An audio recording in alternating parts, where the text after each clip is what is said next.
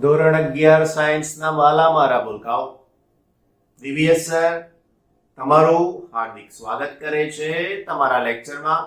Right, કંઈક નવું તો કહેવું પડશે ને ભાઈ. રોજ એકની એક વાત, કેમ છો, મજામાં છો, કંઈક નવું કીધું આપણે, હે ને? કેમ છતાંય પૂછી લીધું કેમ છો, મજામાં છો. ઓકે, તો ઓલમોસ્ટ ચેપ્ટર નંબર 7 કમ્પ્લીટ થઈ ગયું, થિયરી પોર્શન. હા, દાખલા બધા બાકી છે, ગણતા રહીએ છીએ. તો હવે ધ્યાન રાખીને જોજો, જેટલા પણ સૂત્રો કમ્પ્લીટ થઈ ગયા છે બધાને રિવાઇઝ કરતા રહેજો, કારણ હવે બધા કમ્બાઈન થઈને આવશે અને બધા કમ્બાઈન થાય ને ત્યારે થોડીક જરૂરિયાત સૂત્રોને યાદ કરવાની વધી જાય, એટલા માટે તમને કહી રહ્યો છું. બરાબર છે? ચાલો ઉદાહરણ 7.10 ને સમજવાની કોશિશ કરીએ. શું પૂછ્યો છે પ્રશ્ન? એક તકતીની તેના કોઈ વ્યાસને અનુલક્ષીને જડત્વની ચાક માત્રા કેટલી છે? રાઈટ, હવે કેટલી છે એનો મતલબ કે તમારે ગણીને જવાબ આપવાનો. કેટલી છે તો તમે મોડે કર દો, પેલું ટેબલ આપણું જડત્વની ચાક માત્રાનું તરત જવાબ આવી જાય, તો એ નહીં ચાલે. તો શું કરવું જોઈશે? તો સમજો, આવી રીતે એક તકતી છે. તકતીનો મતલબ મેં તમને કીધો કે અહીંયાથી આવી રીતે એની પાસે થોડીક જાડાઈ બતાવી. હવે અહીંયા એની ભ્રમણાક્ષ આ છે. વાલા મિત્રો, આ એના કેન્દ્રમાંથી પસાર થતી આ જે અક્ષ થઈ એને એની ભ્રમણાક્ષ કહી શકું છું હાલમાં. Right, okay. બીજી બે અક્ષ જે હું વિચારી રહ્યો છું અથવા મારે દોરવી છે એમાંની આ જે અક્ષ છે તે અને આ જે અક્ષ છે. હવે આ અક્ષને હું નામ આપું x, આ અક્ષને નામ આપું y, તો ઓટોમેટિકલી આનું નામ થઈ જાય z. રાઈટ, તો અહીંયા લખી શકું તકતીના દ્રવ્યમાન કેન્દ્રમાંથી પસાર થતી તકતીના સમતલને લંબ અક્ષને અનુલક્ષીને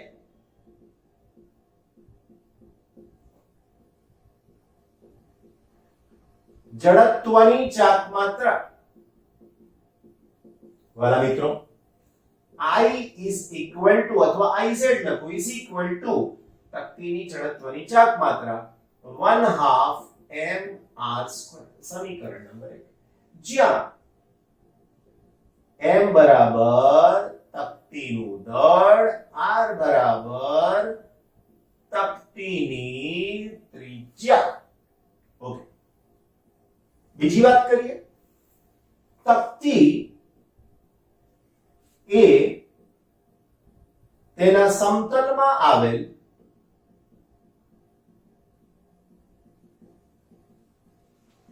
બે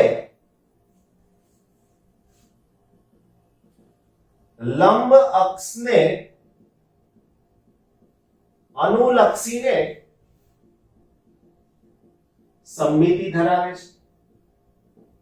રાઈટ, માટે તેને અનુલક્ષીને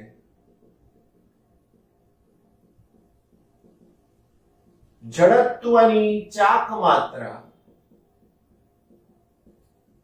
સમાન મળે. માટે Ix is equal to Iy is equal to I. આવું લઈ શકાય. તકતી એ સમતલીય પદાર્થ છે. તકતી એ સમતલીય પદાર્થ છે, માટે લંબ અક્ષના પ્રમેયનો ઉપયોગ કરતા. આ બધું લખાણ તમે જુઓ અહીંથી જ આવે છે, બીજું ક્યાંય કશું નથી આવતું. માટે Iz is equal to Ix plus Iy. આનો ઉપયોગ કરું તો Iz is equal to 2i થઈ જાય. ઓકે, ના લખવું હોય તો હજુ આની માટે I plus I. Therefore I is equal to Iz by 2. હવે Iz 1/2, એની સાથે Iz ની વેલ્યુ 1/2 mr². માટે I is equal to 1/4 mr². જવાબ થઈ ગયો. તો શું કહી શકાય? તો પ્રશ્ન શું પૂછ્યો છે? તો જે તકતીના વ્યાસને અનુલક્ષીને તેની જડત્વની ચાક માત્રા છે. ખ્યાલ આવ્યો કે નહીં? બીજી વાત, તેના સમતલમાં પરસ આવેલ બે લંબ અક્ષને અનુલક્ષીને સમમિતિ ધરાવે છે, જે તેના વ્યાસ છે. એટલે આ શબ્દ અહીંયા જોઈન્ટ થઈ ગયો. બસ આવું લખવું એટલે રોકડામાં જ પૂરેપૂરા કોઈ જગ્યાએ કોઈ એક કચાસ ના મળે, માર્ક્સ કટ કરવા. પણ તમે ડાયરેક્ટ આ લખો, પછી આવું લખો, પછી આ જવાબ લખો તો ના થાય. સમજૂતી કન્સેપ્ટ તમારા ક્લિયર હોય તો આ વસ્તુઓ તમે એડ કરી શકો છો. ક્લિયર ને? બહુ સરસ. હવે જતા પાછો આવ્યો, તમારી વાત યાદ આવી ગઈ મને. કઈ વાત? સ્ક્રીનશોટ લેવાની. લઈ લો ત્યાં, હું સાઈડમાં ઉભો રહીશ. ઓકે, મળી ગયો ટાઈમ? વાલા બચ્ચાઓ, નેક્સ્ટ ક્વેશ્ચન આપણો 7.11 નંબર. શું કહે છે? એમ દ્રવ્યમાન અને એલ લંબાઈના સળિયાની તેને લંબ હોય અને તેના કોઈ એક છેડામાંથી પસાર થતી હોય તેવી અક્ષને અનુલક્ષીને જડત્વની ચાક માત્રા કેટલી હશે? ઓલવેઝ હું ડાયાગ્રામ પ્રિફર કરું છું, કારણ માઇન્ડ એકદમ ક્લિયર થાય એટલા માટે. આવી રીતે મારી પાસે એક સળિયો છે, રાઈટ? જે સળિયાનું દળ m જેટલું છે અને એની લંબાઈ l જેટલી છે. આ અક્ષ એ એના કેન્દ્રમાંથી પસાર થતી અક્ષ અને આ એના છેડામાંથી પસાર થતી અક્ષ. આને આપણે નામ આપી શકીએ IC, દ્રવ્યમાન કેન્દ્રમાંથી પસાર થતી અક્ષ. આને હું નામ આપી શકું I. બરાબર છે? એમણે આને I ડેશ કીધું છે અને આને I કીધું છે. કોઈ વાંધો નહીં. બસ હવે બરાબર સમજજો. સળિયાનું દળ જે હું અહીંયા લખું, આનું દળ m અને લંબાઈ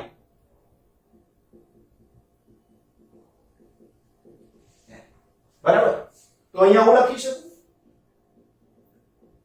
m દળ અને l લંબાઈના નિયમિત આડછેદ વાળા સળિયા માટે. હવે આ નિયમિત આડછેદ એટલે તમારા કન્સેપ્ટમાં વર્ડ ના આવે જલ્દી. નિયમિત આડછેદનો મતલબ અહીંયાથી શરૂ કરીને છેક સુધી એનું ક્ષેત્રફળ સમાન છે એવું માની લઈએ છીએ. ખ્યાલ આવ્યો? એટલે નિયમિત આડછેદ વાળા સળિયા માટે જડત્વની ચાક માત્રા, જડત્વની ચાક માત્રા. ઓકે, સળિયા માટે બીજો શબ્દ પણ ઉમેરવો પડશે. સળિયા માટે તેના દ્રવ્યમાન કેન્દ્રમાંથી પસાર થતી અને સળિયાની લંબાઈને લંબ અક્ષને અનુલક્ષીને જડત્વની ચાક માત્રા I is equal to 1/12 ml². તમને આવું લખવાનો બહુ જ કંટાળો આવે છે, બહુ જ આળસ થાય છે. બસ આ બે, આળસ અને કંટાળો, એ તમારા માર્ક્સ લઈ લે છે. આપણે એવો કોઈ ધંધો નહીં કરવાનો કે જેમાં આપણને નુકસાન થાય. સ્ટડી તો તમારા માટે બહુ અગત્યનું છે, એટલે એમાં તો નહીં જ વિચારીએ, રાઈટ? ઓકે, હવે શું પ્રશ્ન પૂછ્યો છે એમાંથી આપણે શોધીએ. તેના કોઈ એક છેડામાંથી પસાર થતી અક્ષને અનુલક્ષીને, તો અહીંયા લખીએ સળિયાની લંબાઈને લંબ અને તેના એક છેડામાંથી પસાર થતી અક્ષ કે જે દ્રવ્યમાન કેન્દ્રમાંથી પસાર થતી અક્ષને સમાંતરે છે, અક્ષ ને અનુલક્ષીને જડત્વની ચાક માત્રા મેળવવા કયો પ્રમેય? સમાંતર અક્ષના પ્રમેય મુજબ. સમાંતર અક્ષના પ્રમેય મુજબ I is equal to IC plus MD square. Right? Bus IC ની જગ્યાએ I dash. અહીંયા I થઈ ગયો ને અહીંયા dash. તો I is equal to I એટલે 1/12 ml square plus m તો m રહેશે જ, d બે અક્ષ વચ્ચેનું લંબ અંતર એટલે l/2, તો સ્ક્વેર કરીશ એટલે l square by 4. રાઈટ? આ પણ ml square અને આ પણ ml square. તો વાલા બચ્ચાઓ 12 ને હું LCM બનાવી દઉં તો અહીંયા તો 12 છે જ એટલે ml square. અહીંયા 4 છે તો મારે લખવું પડે 3ml square is equal to 4ml square upon 12. Cancel 3 તો જવાબ થઈ જશે I is equal to 1/3ml square. That's it. જવાબ થઈ ગયો. નીચે કંઈક માહિતી આપી છે જે દાખલાનો ભાગ નથી. આપણે સ્વતંત્ર રીતે ચકાસી શકીએ છીએ કારણ કે I એ twice m અને twice l લંબાઈના સળિયાની તેના મધ્ય બિંદુને અનુલક્ષીને જડત્વની ચાક માત્રા કરતા અડધા મૂલ્યની છે. તમને એમ થાય સર આ પાછું કેવું આવ્યું? સમજાવો. જે દળ m હતું એની જગ્યાએ હું twice m લઉં, જે લંબાઈ l હતી એની જગ્યાએ હું twice l લઉં. તો હવે આ જે જવાબ મને મળશે I ડેશ માં પાછું રહી ગયું જો ડેશ, તો એમાં મને I નો જવાબ મળશે I is equal to 1/12 m એટલે twice m અને l square એટલે 4l square. Right? So I is equal to, હવે આની અંદર 4 એટલે 3 અને એની સાથે આવશે 2/3ml square. રાઈટ? હવે આ જે મૂલ્ય મળ્યું એના કરતા આ મૂલ્ય ચકાસો. કેવું છે? અડધું છે. કેમ? તો કે 2 અહીંયા છે અને અહીંયા 2 નથી. એનો મતલબ કે આને તમે 2 વડે ભાગી નાખો તો આ થઈ જાય. એટલે અંદર લખેલો કન્સેપ્ટ તમને ક્લિયર થઈ ગયો હોવો જોઈએ કે twice m અને twice l લંબાઈના સળિયા માટે તેના મધ્ય બિંદુને અનુલક્ષીને જડત્વની ચાક માત્રા આ મળે એના કરતા આ અડધી છે. રાઈટ? એટલે અહીંયા જે આ અક્ષને અનુલક્ષીને આ કન્ડિશનમાં આ મળ્યો જવાબ અડધો જવાબ છે. રાઈટ? ઓકે, ભલે મારા બચ્ચા માટે નેક્સ્ટ આગળનો બીજો પ્રશ્ન લઈએ. 7.12 બરાબર ને? ઓકે, શું કીધું છે પ્રશ્નમાં જોઈએ આપણે. કોઈ એક પાતળી રિંગની તેના વલયના સ્પર્શકને અનુલક્ષીને જડત્વની ચાક માત્રા કેટલી હશે?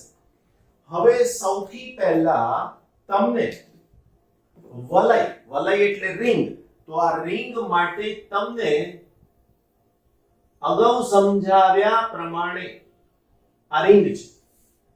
હવે મને રિંગનો સ્પર્શક કીધો છે વાલા મિત્રો, તો રિંગનો સ્પર્શક એનો મતલબ હું આવું વિચારી શકું. એનો મતલબ કે મને આને અનુલક્ષીને જડત્વની ચાક માત્રા ખબર હોવી જોઈએ. આ એનો વ્યાસ છે અને એનો સ્પર્શક છે. અહીંયા લખી શકું વ્યાસ અને અહીંયા લખી શકું સ્પર્શક. બરાબર? આ છે આપણી માટે રિંગ. તો હવે કયો પ્રમેય વાપરીશું? તો બે અક્ષ જો એકબીજાને સમાંતર છે એનો મતલબ સમાંતર અક્ષના પ્રમેય મુજબ. તો અહીંયા લખી શકું સમાંતર અક્ષના પ્રમેય મુજબ. આને અનુલક્ષીને જડત્વની ચાક માત્રા I હોય અને આ અહીંયા લખું વ્યાસ. રાઈટ? ઇંગ્લિશમાં એને ડાયામીટર કહેવામાં આવે છે. એટલે હવે મારી પાસે સૂત્ર થઈ ગયું I is equal to I Vyas plus m d square. તો હવે અહીંયા લખું m દળની રિંગના m દળની r ત્રિજ્યાની રિંગ માટે તેના કોઈ પણ વ્યાસને અનુલક્ષીને જડત્વની ચાક માત્રા જેને હું I Vyas is equal to સૂત્ર મેળવ્યું આપણે. આગળના ઉદાહરણ નંબર તમને ઉદાહરણ નંબર 7.10 માં બરાબર સોરી 7.10 માં તો તકતી માટે મેળવ્યો, રિંગ માટે બાકી છે. તો રિંગ માટે હું તમને વ્યાસને અનુલક્ષીને જડત્વની ચાક માત્રાનું સૂત્ર કેવી રીતે આવે એ હું તમને પહેલા સમજાવી દઉં. આ દાખલાનો ભાગ નથી પણ તમારી જાણકારી પૂરતો એવું સમજી લો કે મારી પાસે આવી જ એક રિંગ છે. આ એક રિંગ રાઈટ. આ એની લંબ એવી અક્ષ IZ, આ બે એના વ્યાસ થઈ ગયા. એનો મતલબ કે IX અને આ IY. હવે સમાંતર નહીં, હવે લંબ અક્ષનો પ્રમેય કે IZ is equal to IX plus IY. સમમિતિ છે તો હું અહીંયા લખી શકીશ I plus I. સમમિતિ યાદ કરો, IX is equal to IY is equal to I. આ સમમિતિ કહેવાય. તો હવે IZ is equal to 2I થઈ જશે.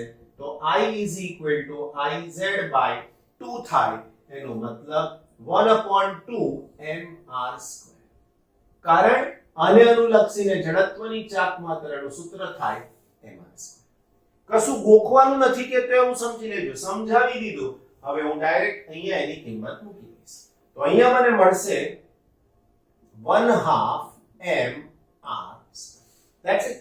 હવે આ કિંમત અહીંયા મૂકી દઉં વાલા મિત્રો તો મને એનો જવાબ મળી ગયો.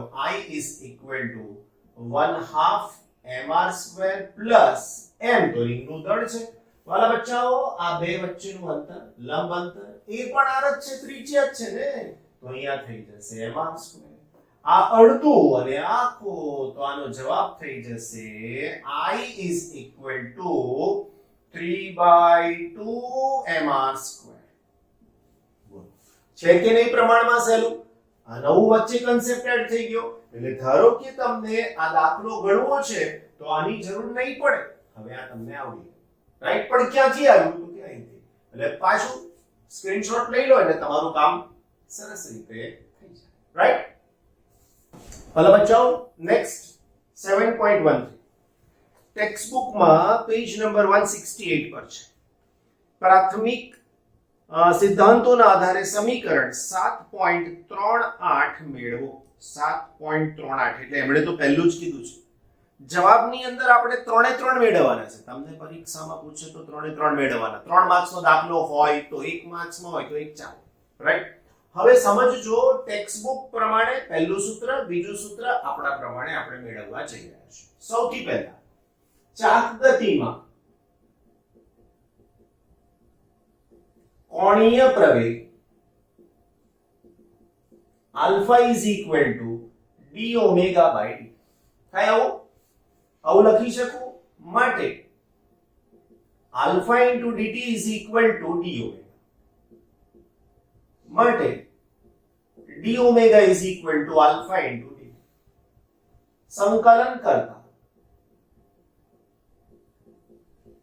તો હવે integration d omega is equal to alpha તો અચળ છે, ઇન્ટિગ્રેશન dt પ્લસ c. આ c શું છે તો કે સંકલનનો અચળાંક છે.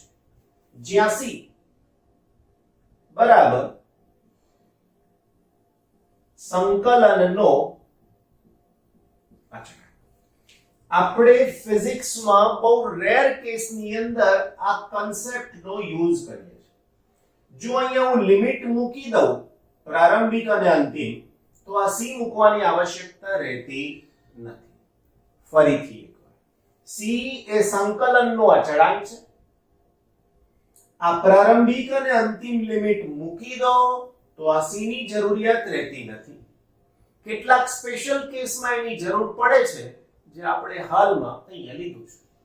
ટેક્સ્ટબુકમાં આ પ્રમાણે કર્યું એટલે હું તમને એ રીતે સમજાવું છું. લિમિટ મૂકીને પણ જવાબ બાજુમાં બતાવી દઈશ કે લિમિટ મૂકી દો તો પણ જવાબ મળી જાય. ડી ઓમેગા નું સંકલન omega alpha into T plus C સમીકરણ નંબર 1 આપું છું. પરંતુ ટી બરાબર 0 સમય કોણીય વેગ ઓમેગા બરાબર ઓમેગા 0. આ સમીકરણ 1 માં મૂકવાનું તો સમીકરણ 1 પરથી ધ્યાન રાખજો. ઓમેગા ની કિંમત ઓમેગા 0 આલ્ફા 0 પ્લસ સી આવું થઈ ગયું. માટે c is equal to omega 0 સમીકરણ 1 પરથી. રાઈટ. હવે આની અંદર omega is equal to alpha t plus omega 0 માટે સૂત્ર થઈ ગયું ઓમેગા બરાબર ઓમેગા 0 પ્લસ આલ્ફા t. કોઈ તકલીફ નહીં ને બચ્ચા પાડી? તો આમ મળ્યું આપણને અચળ પ્રવેગી ગતિનું સમીકરણ. ક્લિયર થઈ ગઈ આટલી વાત? ઓકે. બીજું સમીકરણ મેળવવું છે હવે મને, તો સમીકરણ 2 નો ઉપયોગ કરીશું. રાઈટ? તો ધ્યાન રાખજો, સમીકરણ 2 પરથી ધ્યાન રાખજો ઓમેગાની જગ્યાએ ઓકે 5 માં લખી દઈશું આપણે. ઓમેગાની જગ્યાએ મેં લખ્યું d theta by dt is equal to omega 0 plus alpha t. શું કર્યું આપણે? તો આપણે કર્યું આવું omega is equal to d theta by dt મૂકતા આવું મૂકી દીધું. બરાબર? એટલા માટે મૂક્યું. આ સૂત્રમાં લિમિટ મૂકીને જવાબ કેવી રીતે આવે સમજાવું આની પર. Integration d omega is equal to integration alpha into dt. સમય આલ્ફા તો અચળ છે એટલે હું બહાર જ લખી દઉં. સમય 0 તો કોણીય વેગ ઓમેગા 0. સમય t તો કોણીય વેગ ઓમેગા. That's it. હવે આનું હું સંકલન કરીશ તો ઓમેગા થશે ઓમેગા 0 અને ઓમેગા આલ્ફા t નું સંકલન dt નું સંકલન t 0 થી t. તો આની અંદર omega minus omega 0 is equal to alpha into t minus 0. થઈ ગયું સમીકરણ? એટલે કન્સેપ્ટ ક્લિયર થવો જોઈએ કે આનો જવાબ લિમિટ સાથે યોગ્ય રીતે બંધબેસતો આવે છે. રાઈટ? આ પણ ચાલે, પણ પાછા તમે ટેક્સ્ટબુકમાં જુઓ સર ટેક્સ્ટબુકમાં તો આવું નથી, આવું છે, એટલે મેં આ રીતે કર્યું. એક્સ્ટ્રા રીત પણ તમને સમજાવી દીધી. સ્ક્રીનશોટ લઈ લો, લખી લેજો તમારી જાતે. બરાબર? હાલમાં હું કાઢી નાખું છું, જરૂર નથી.